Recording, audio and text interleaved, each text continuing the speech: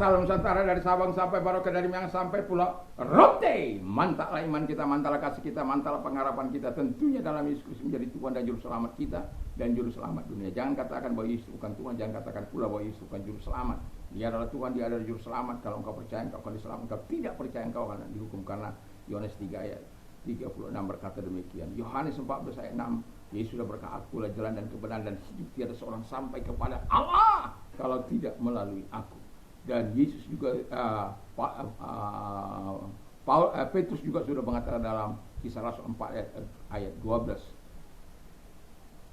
dan keselamatan tidak ada dalam siapapun juga selain di dalam Dia, Yesus Kristus, karena di bawah kolong langit tidak ada nama lain yang diberikan kepada manusia yang olehnya kita diselamatkan. Yohanes 3 ayat 16, karena begitu besar kasih Allah akan dunia ini, sehingga ia mengaruniakan anaknya yang tunggal, supaya setiap orang percaya kepadanya tidak binasa, melainkan beroleh hidup yang kekal. Dengan hati percaya engkau dibenarkan, dengan mulut mengaku engkau diselamatkan. Roma 10 ayat 9 dan 10. Kiranya di malam hari ini kita rilekskan hati kita sebelum kita istirahat untuk mendengarkan firman Allah. Dan firman Allah semoga menambah kekuatan iman bagi setiap kita yang mendengar. Puji nama Tuhan. Sebelumnya mari kita berdoa. Terima kasih Tuhan, kami mau berguna bagi Tuhan dan bagi manusia. Di dalam nama Yesus saya bersyukur dan berdoa. Haleluya. Kemarin saya berkata di hari Minggu, tadi ya, hari Senin itu, bagaimana kita menjadi taktoi di hadapan Tuhan. Dan setelah kita taktoi, kita juga taktobu, ya, kita menghargai apa yang diberikan Yesus itu kepada kita, bahwa kita adalah orang-orang berharga dan orang-orang yang mulia, orang-orang yang suci dan murni di hadapan Allah karena Yesus Kristus.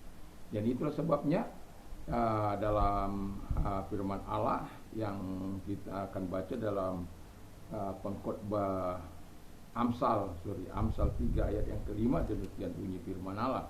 Saya akan bacakan. Percayalah kepada Tuhan dengan segenap hatimu, dan janganlah bersandar kepada pengertianmu sendiri. Dan orang yang percaya kepada Tuhan itu adalah orang yang betul-betul fokus kepada Tuhan. Orang-orang yang betul meletakkan dirinya hanya kepada Tuhan, tidak peduli badai, goncangan dan lain sebagainya datang dalam hidupnya, karena dia tahu hanya Tuhan yang dapat membela. Dia tidak akan mengandalkan kekuatannya sendiri, karena terkutuk orang yang mengandalkan manusia, yang mengandalkan para bangsawan, yang mengandalkan kekuatannya sendiri. Dan itulah sebabnya Tuhan mau kita hidup berguna bagi Tuhan dan manusia. Nah, saya memberikan ilustrasi. Saya seringkali memaku dinding rumah saya ini. Ya, kalau saya ingin menggantung sesuatu, jam ataupun apalah yang mau saya gantung, seperti ini gambar Yesus, atau seperti membuat tempat kupu-kupu yang ada, dan itu perlu ada paku. Dan setiap kali saya memakukan itu, saya selalu membuatnya dengan plastik. Ternyata memang jauh lebih baik kalau kita memakunya dengan plastik daripada tidak menggunakan plastik. Jadi ujungnya yang plastiknya dia akan masuk dengan sendiri. Yang mau saya katakan, ketika kita mau memaku, kita sudah lihat atau fokus pada satu tempat di mana benda itu kita akan pakukan. Dan ketika kita sudah dapat, dan kita akan memegang paku itu erat-erat dan memukulnya berulang-ulang sampai tembus pada apa yang kita inginkan. Dan kemudian setelah paku itu selesai sesuai dengan keinginan kita, kedalamannya ataupun seberapa panjang dia masuk ke dalam tembok, maka kita akan, setelah itu kita bisa pergunakan sehingga dia bisa menjadi tempat gantungan jam, tempat gambar Yesus dan lain sebagainya. Dan itu karena apa? Karena yang pertama yang mau saya katakan, perlunya fokus. Ketika orang hidup berguna bagi Tuhan, perlu fokus pada Tuhan, percaya pada Tuhan. Kita tidak bisa percaya pada dunia ini, kalau kita tidak fokus pada Tuhan, kalau kita bercabang, misalnya hidup kita ya Tuhan, ya dunia, karena kan kita masih hidup dalam dunia, memang betul. Tetapi kalau kita fokus pada Tuhan, apa yang kita kerjakan untuk hal-hal dunia ini membuat kita lebih bergairah, membuat lebih semangat, tetap di dalam terang firman Allah. Tetapi kalau fokus kita kepada dunia ini, Tuhan ya nomor sekian, karena kita mau hidup layak, kita mau punya kedudukan, punya tabungan yang banyak, tidak peduli mau jalannya lurus atau tidak lurus, halal atau haram, baginya tidak ada masalah. Tetapi kalau orang yang fokus pada Tuhan dalam pekerjaannya, dia tidak akan membiarkan sedikit pun dosa masuk. Karena apa? Dia menghargai keselamatan yang Tuhan berikan, menghargai Tuhan yang sudah menyelamatkan dirinya. Dia memang masih dalam dunia, tetapi dia tahu bahwa firman Allah bagaimanapun, bahwa ketika kita memiliki seluruh dunia ini, kalau jiwa kita binasa tidak ada artinya. Dan orang kaya yang berkata bahwa dia punya kelimpahannya begitu luar biasa, sampai dia katakan makan, minumlah, beristirahatlah, bersenang-senanglah. Tapi Tuhan katakan malam ini juga nyawamu akan kuambil. Untuk siapa engkau sediakan itu? Dan itulah pentingnya kita fokus pada Tuhan. Yang kedua, itu Anda bisa baca dalam Yohanes 2 ayat 15-17. Saya tidak akan bacakan karena keterbatasan waktu. Yang kedua, memegang erat paku itu artinya bahwa memegang erat firman Tuhan. Filipi 2 ayat 16. Tidak goyah, tidak bimbang, tidak takut, percaya kepada Tuhan dengan segenap hati, berpegang teguh pada kebenaran firman Allah. Berarti kita mentaati firman Allah, kita hidup sesuai dengan firman Allah, sesuai dengan kehendak Allah, karena kita berpegang teguh. Kita tidak akan melepaskan itu. Sebagaimana pemazmur mengatakan, do good to your servant, O Lord, and I will live. Hidupnya bukan hanya sekedar hidup. I will obey your word. Dia berkata, you're my portion, O Lord. Itu ayat 17 dalam Mazmur 119 ayat 17. Mazmur 119 ayat 57. You are my portion, O Lord. Engkau adalah bagianku, Tuhan. I have promised to obey your word. Aku telah berjanji untuk taat terhadap firman. Kenapa? Dia fokus pada Tuhan. Ayat 30 mengatakan, I have chosen the way of truth. Aku telah memilih jalan kebenaran. I have turned my step to your statute. Wow. Jadi dia telah menetapkan langkah-langkahnya untuk tetap berada dalam hukum-hukum Tuhan. Wah, itu suatu hal yang luar biasa.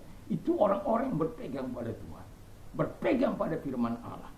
Lalu kemudian memalunya berulang-ulang. Wow, ya.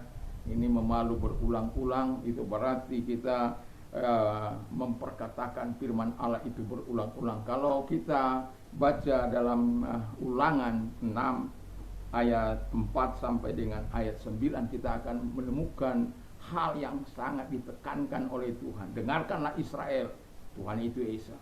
Kasihlah Tuhan Allahmu dengan segenap hatimu, dengan segenap jiwamu, dengan segenap akal budimu. Untuk apa kita mengasihi Tuhan? Dan kemudian kalau kita sudah mengasihi Tuhan, apalagi kita akan ajarkan itu kepada anak-anak kita. Kapan? Alkitab mengatakan dengan jelas, Anda bisa baca nanti yang seperti yang saya katakan tadi, waktu duduk. Ya, waktu duduk, waktu dalam perjalanan, waktu berbaring, waktu bangun. Wow. Mantap ini. Ya. Dan bukan hanya itu, kita disuruh mengalungkan di mana saja, di sudut-sudut rumah kita. Harus ada firman Allah. Tapi saya nggak ada ini. Habis bicara orang. Bicara atau dibakar saya kurang tahu. Tapi Tuhan itu mengajar kita untuk berulang-ulang. Sama seperti paku itu dipaku berulang. Paku. Supaya apa? Supaya dia mantap, settle, ya. Demikian juga hidup kita mantap di dalam firman Allah. Sekali mengasihi Tuhan, Tetap mengasihi Tuhan, tidak peduli apapun tantangan, apapun rintangan, tidak peduli diancam. Wah, saya sudah mengalami diangkat dari rumah saya ini tengah malam hanya oleh karena nama Yesus. Saya sudah diancam untuk dibinasakan, tapi saya sampai mengatakan pada istri saya supaya minggir sejenak, pulang ke rumah orang tua. Tapi istri saya juga tidak mau, siap menghadapi badai kehidupan. Dan pada akhirnya Tuhan memberikan kami kemenangan. Enggak gampang. Karena apa? Kami mengasihi Tuhan, kami mencintai Tuhan, dan itu harga mati. Tidak perlu takut dengan ancaman, tidak perlu takut dengan angkatan yang membawa kita. Itu waktu peristiwa tahun 2000 itu sangat mengerikan. Tapi apakah kita harus perlu takut? Tidak. Sehingga ketika orang menakut-nakuti saya, seringkali saya katakan, Anda tahu nggak di mana saya tinggal? Ketika orang selalu mengingatkan itu kepada saya, kalau dia bilang di Yosudarso, sekarang saya tinggal di mana? Yosudarso. Kalau bisa saya beli di tempat itu, saya akan tetap tinggal di tempat itu. Tapi orangnya tidak menjual. Tapi saya tetap tinggal di Jalan Yosudarso. Itu tahu kamu artinya? Saya tidak takut. Kalau saya takut, saya keluar. Nggak perlu tinggal di sini. Itu kalau takut. Jadi setiap kali orang mengatakan, bukan sekali, dua kali, bukan tiga kali, banyak kali, untuk meneror kita, memberikan rasa takut kepada kita. Saya katakan, jangankan kamu, yang satu dua orang banyak pun sudah saya hadapi. Kenapa? Saya tidak melakukan kejahatan. Satu-satunya salah yang kalian anggap salah karena saya berbeda dengan Anda. Saya percaya kepada Yesus Kristus yang saya kasih, yang saya cintai dengan segenap hati saya. Dan yang terakhir, paku yang sudah tancap di dinding ini, ya, kemudian saya bisa gunakan, dia menjadi berguna, ya, berguna menjadi alat. Paku itu tempat gantungan, tempat kupu-kupu, gambar Yesus, jam tangan, tempat gitar dan lain sebagainya. Dan paku itu menjadi berguna. Itu sebabnya saya katakan kepada kita, hidup berguna bagi Tuhan dan manusia. Kalau kita baca Kisah Rasul 18 ayat 7, itu tentang Apolos yang berguna bagi Tuhan dan bagi manusia. Wah, ketika saya membaca itu, Tuhan, saya juga ingin seperti itu. Saya tahu ada banyak tantangan, ada banyak persoalan, ada banyak rintangan. Tetapi saya yakin Tuhan itu adalah Tuhan adalah penolong yang akan menolong kita, yang akan memberkati kita, yang akan memberikan pertolongan saat kita butuhkan. Dan dia memperlengkapi kita dengan kuasa-Nya. Jadi hiduplah berguna bagi Tuhan dan manusia dengan cara melayani Tuhan di dalam doa dan penyembahan kita, ketaatan kita, melakukan kehendak-Nya, hidup berkenan di hadapan Tuhan, dan melayani sesama dengan sungguh. Tidak ada kemunafikan, tidak ada kepalsuan. Bukan untuk memperdaya hidup mereka, tapi kalau boleh kita memberdayakan hidup mereka bagi kemuliaan Tuhan. Itulah hidup yang berguna bagi Tuhan. Kita berguna, mereka juga berguna. Karena apa? Umat Tuhan juga berguna untuk kemuliaan Bapa di surga. Mari kita tunduk kepada dan kita berdoa. Terima kasih Tuhan Bapa di surga, kiranya biarlah kami orang-orang berguna bagi kerajaan-Mu Tuhan. Dalam nama Yesus. Dan kalau engkau sakit, saya mau berdoa bagimu, apapun sakit penyakitmu, angkat kedua belah tangan, arahkan kepada Tuhan. Dan Tuhan, lihatlah tangan-tangan mereka, engkau tidak mengenal jarak, ruang maupun waktu. Engkau bisa hadir kepada mereka, menjamah sakit penyakit mereka. Sama seperti engkau ketika hamba meminta engkau menyembuhkan sakit penyakit, baik bagi hamba baik keluarga, Tuhan menolong. Dan kami juga berharap Tuhan juga menolong mereka. Itu sebabnya dalam nama Yesus segala sakit penyakit yang mereka derita aku perintahkan keluar, dan oleh bil-bil daripada Tuhan Yesus engkau sembuh, oleh kuasanya engkau sembuh. Dan kalau engkau mengalami banyak persoalan dalam hidupmu, kesulitan, saya tahu bagaimana hidup yang sulit, bagaimana tangisan, bagaimana kadang-kala tengah malam kita bangun, pagi-pagi sekali kita bangun, karena kekuatan doa kita bisa melakukan, karena cinta Tuhan yang Tuhan berikan kepada kita. Karena cinta, kita mencintai Tuhan, Tuhan lebih mencintai kita.